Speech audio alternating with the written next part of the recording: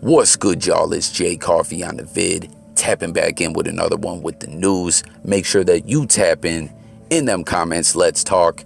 But the Island Boys, Kodiak Red, Kodak Red, Fly Soldier, whatever these dudes are going by, however they're referring to themselves these days. I don't know if you saw, these dudes got caught up in a very fucked up situation. A very tragic, sad crime went down where an 8-year-old was killed in a shooting, and the alleged shooter, the alleged killer, was one of their friends, and was arrested at their house. SWAT team ran up in the crib to arrest Andrew Thomas, the 21-year-old alleged shooter.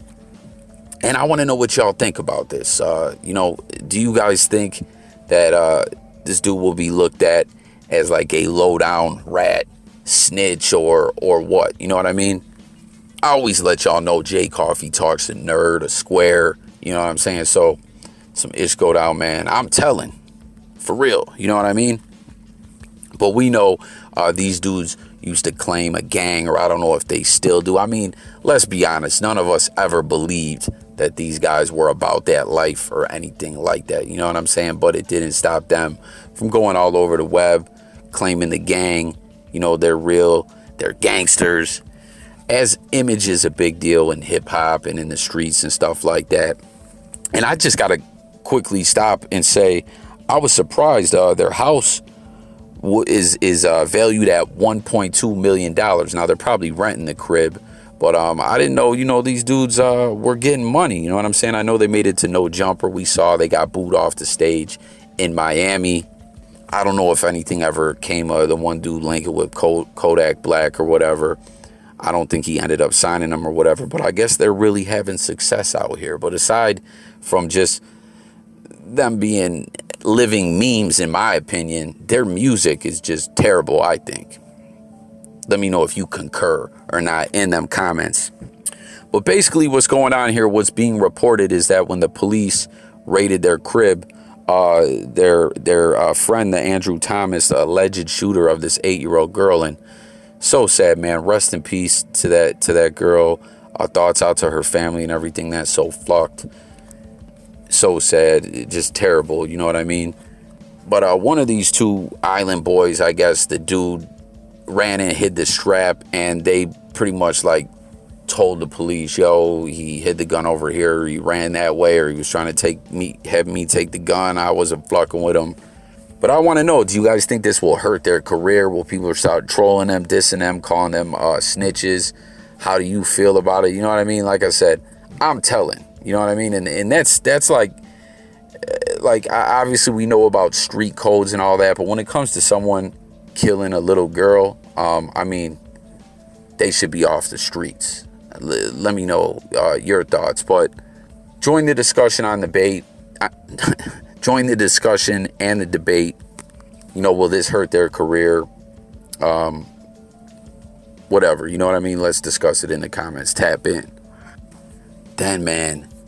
Okay, we've heard a lot about these evil, satanic rituals that go down. You know, a lot of people have theorized that at a lot of award shows, like the MTV Awards and stuff like that, or at Super Bowl halftime shows, that it's really a satanic ritual ceremony going on, broadcast across the nation, across the world, and everyone is just taking in them satanic vibes, and we don't even know it. You know what I'm saying? I'm sure y'all remember the whole Beyonce halftime show. A lot of people was like, yo, she got possessed. She was shape-shifting right on the stage. Something was coming out of her neck, or I don't know. Comment if y'all remember when that was a real trending discussion. But anyways, The Sun has published some reports saying that, they're referring to them as far-right conspiracy theorists who have, came out with these kind of theories, are saying that this upcoming Super Bowl halftime show, which is going to be huge, Eminem, Dre, Kendrick, Mary J. Blige, Snoop, we've been talking about this. I'm still wondering, what kind of performance we're going to see, as they all don't have a lot of time to perform.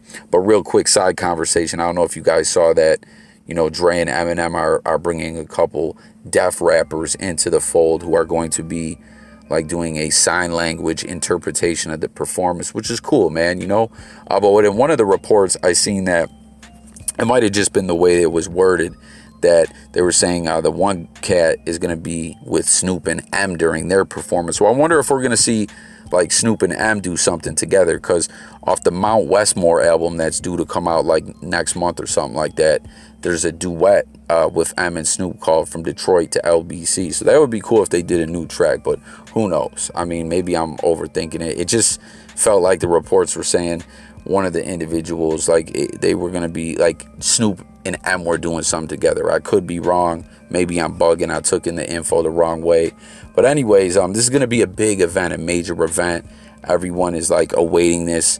And get in the comments with your Super Bowl predictions as well. But the Sun is saying that a lot of these conspiracy theorists out there are saying that this year, one of the most evil, twisted, demonic rituals of all time is about to go down. Once again, broadcast to the whole world. What do you guys think about all this stuff? Do you think this is some old, craziness, or for real? Keep it real. Like, do you believe in this kind of stuff? I want to know what you think in them comments. And some other brief NFL news, the Jacksonville Jaguars, whose season was just a mess. Everyone was high on them. They had Trevor Lawrence, they drafted him, and Travis Etienne, I always feel like I'm saying his name wrong. Although he got hurt, I believe, didn't even play. But Lawrence, not a good season, just bad season all in all for the whole team. Ish was like a, 3-ring circus with their coach, Urban Meyer, kicking the kicker, getting caught up, cheating on his wife, all kinds of ish going down. He got fired dumb quick. That was a failed experiment. But Jacksonville has, hired Doug Peterson and Trevor Lawrence and star linebacker Josh Allen, the other Josh Allen. They're pumped. They're indicating they've met with him. They're ready to move on. They're liking what he's bringing to the table. So we'll have to see how that all plays out. Any fans out there, let me know what you think of this hiring. It's wild to look at the Jaguars franchise. Like, what was it, like 2017? They were in the AFC Championship game, actually beating the Patriots, I think, but ended up losing ultimately, and they just went super downhill. Them and the Texans, like that franchise was really looking promising, and they're like a joke of the NFL. Everyone wants out of there. The whole Deshaun Watson situation is wild. Then we got Antonio Brown, AB, who's been in the news nonstop since he, ripped off his shoulder pads and jersey and stormed off the field. That whole viral incident, which we cracked the code, guys. This wasn't, I don't believe none of that injury-ish. This dude immediately went and started tapping in with Kanye, The Game, Whack 100, all kinds of different rappers, going to fashion events and everything, going on podcasts, taking shots at Tom Brady and, all kinds of ish. He's just trying to go viral and, transition into the next part of his life, like away from football, trying to become a viral, music artist or whatever. But, and his music's trash, in my opinion. But anyways, he's announced he is the president of Kanye West's Donda Sports, which I don't know exactly what this means or what's going to come of it. But, he shared that he booked this major, suite. I think, I want to say, they said this cost, over $1 million. I could be tripping at the Super Bowl. But he put out this message here. It says, Donda is about ownership, empowerment, and discovering the next superheroes. This is for the people who counted us out. For everyone who said we can't, we say we will. As president, it is important to me to book the Donda Suite for this year's Super Bowl. This is a game meant to be watched together. This is the love and unity we need to push. This is for the kids, our next generation. We will be hosting community events this weekend and inviting kids with their families to the game. Let's give the people the Donda experience. It's a family affair. So there you have it. Take from that what you will. Let me know your thoughts in the comments. I bet you AB and Ye get along real well. Like, do y'all think they're probably two peas in a pod? And then last in the news, Logan Paul, Floyd Mayweather. You guys remember this epic showdown they had, this epic boxing match, man. That was crazy, right? Like, Logan Paul just came out like a storm, just throwing all kinds of punches. Wasn't really landing them like that. I mean, come on, he was going toe-to-toe with Floyd. He didn't stand a chance. I don't think anyone thought he did. Floyd was playing with him, you know what I mean? But I don't know if you guys have heard this. Him and his brother are suing Floyd Mayweather, saying that Floyd owes him like $5 to $10 million in revenue from the fight. And I'm a bit confused by this. As we know, this is big business. This is why they ran that whole big, promo leading up to the fight. All the stuff with Jake Paul snatching Floyd's hat and everything else that went down. They were building up a lot of heat for this fight, this event. And what I'm confused about is because they're basically saying, yo, Floyd Money Mayweather, you know why he's got all that money? He don't want to pay his bills. He ain't paid us. He owes us millions. And I'm confused as to why, like, if they put this all together, right? Why, like, would all the money just go to Floyd and they got to wait for their money from Floyd? That's a bit confusing to me. But nonetheless, they've indicated that the lawsuit is already in motion. It's already in the works. They're saying, man, it's a shame it had to come to this. We couldn't work something out because the attorneys take all the money when it goes to these lawsuits, which I'm sure they take a hefty piece. It's the way the game goes, you know what I mean? But I don't know.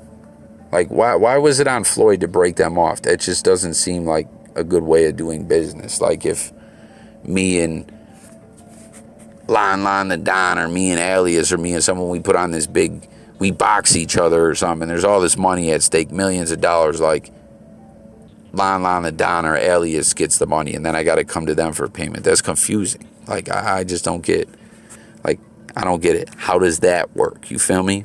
But that'll conclude the news. Let's talk in the comments. You know what I'm saying? Will the Island Boys be looked at as low-down rats? Doug Peterson ready to bring in the next era in Jacksonville football. Lucifer in the halftime show. AB Donda Sports. And yeah, I think that's all. I think that's it. So let's talk in the comments. Thank y'all for watching. This has been another episode of J Coffee Talk. New viewers, make sure to subscribe. Stay tuned. More content dropping every day. Music, news, sports, and more. And I'm gone.